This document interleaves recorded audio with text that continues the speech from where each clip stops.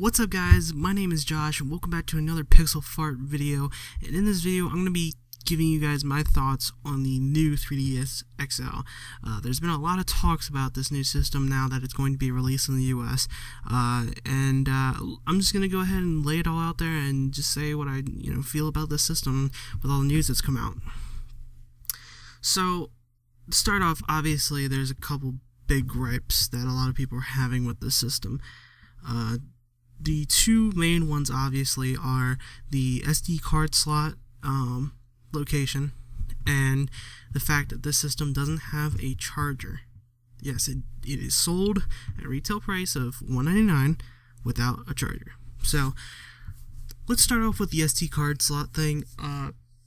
So for those who don't know, with the new redesigned 3DS XL, with the perks and whatnot that it comes with, the better performance and whatnot, the SD cards are now going to be, I guess, the mini SD card. I don't know what you would call that, but I guess it's the smaller SD card. But the big issue that people are having with this is that instead of having like the nice, convenient pull tab on the side where you just, pull this little piece of plastic off and then push in the SD card on the side, Nintendo decided to put the SD card slot underneath the back faceplate, or the back plate.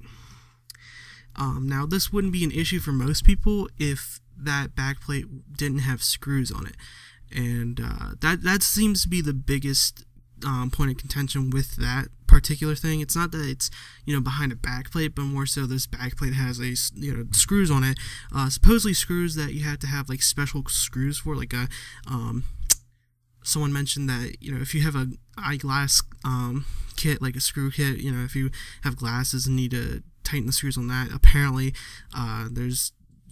that's what you would need, like screwdrivers or whatever for that. So that's the biggest point of contention with that. And personally, I don't really care, because with that, when it comes to the SD cards, I typically don't change out SD cards on my devices. Like, I still have a 2GB SD card in my current 3DS, which is like the original OG 3DS, and that's not really a big deal to me. The fact that it's behind a backplate or whatever, I mean, I think that is kind of annoying, the fact that you had to go through all that just to throw in a new SD card if you choose to actually upgrade your SD card, which they do give you a 4GB one, which is not too bad, considering that goes a long way, unless you download a lot of games, I would assume. But 2GB goes a long way for me, but I can see where that's really annoying. But I think back to just the idea that once you put in your SD card, once you upgrade it to the, you're probably going to get a nice, if you upgrade your SD card, to say, you're probably only going to need to go behind that little back plate once, just to open it up and upgrade it. Just switch out the card. Other than that, you probably won't ever have to go back, to opening that thing up. So, to me, it's not that big of a deal. What's more of a big deal is, of course, the charger. The contention with the charger. So, here's the thing with the charger, or the AC adapter. Nintendo's excuse for not including an AC adapter with this new 3DS is that it would cost us more money, and they were trying to make it cheaper for consumers, so that way they would have the option. They figured most people would have it. Now, I know this is actually a big thing in Japan, and I think maybe in Europe and other places that they actually sell the 3DS, or some of their other products. I know that's been a thing where they just don't come with the actual charger. But here's the thing.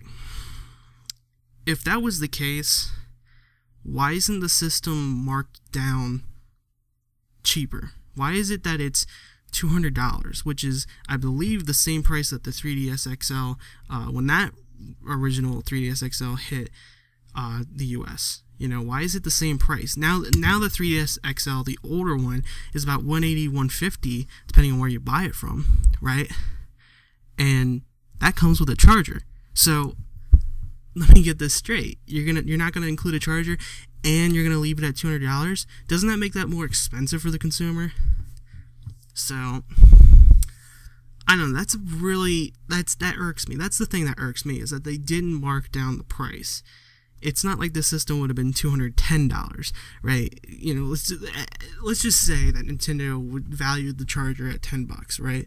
Because that's probably what, you know, $5 to $10 is probably what you would pay for an AC adapter for this console, right? Knowingly, you know, that Nintendo probably manufactures them for very much less. You know, it's probably very cheap for them to manufacture these things. But yet, it's not marked down. You can't even just include it. And here's the thing. You can't mark it down to $190, right? Because that's an odd, you know, that not only would that be $10 off the highest price 3DS XL that's out now, but also it's kind of an odd retail price. So after all that, why don't you just include it? Obviously, people don't like the fact that it's not included. So, and that's pretty much a majority. And Nintendo, I don't know if you're planning on having people buy this when it actually comes out, or if you're like thinking that.